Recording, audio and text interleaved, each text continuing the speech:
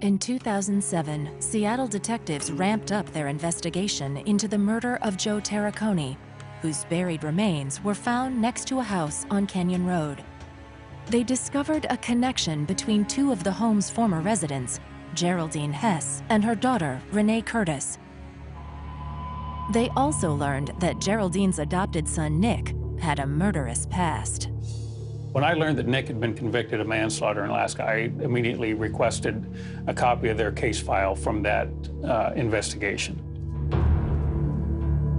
When I investigate Nick's murder conviction, I find that he had murdered his wife in 1978 up in the area of Fairbanks, Alaska.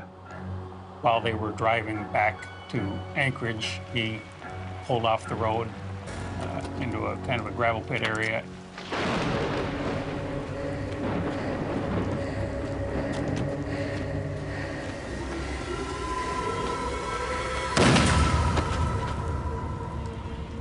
And shot and killed her.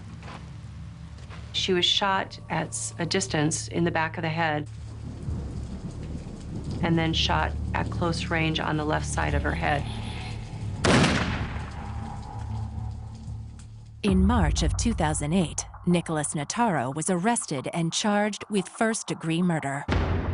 And he served 8 years in prison for killing his wife. I thought that was a little light.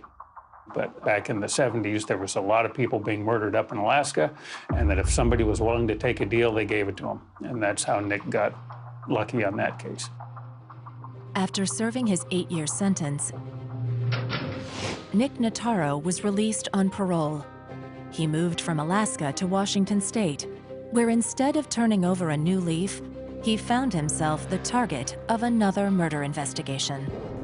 Reading through the case file, I learned that there was a period of time from when he killed his wife until he was arrested. In the case file, they had the paper reports and they had some photocopies of some things. One of the things was a plane ticket. Nick had purchased an airline ticket in August of 1978 to fly to Washington State. It put him in our area around the same time Joseph Tarricone was murdered, dismembered, and buried in the backyard.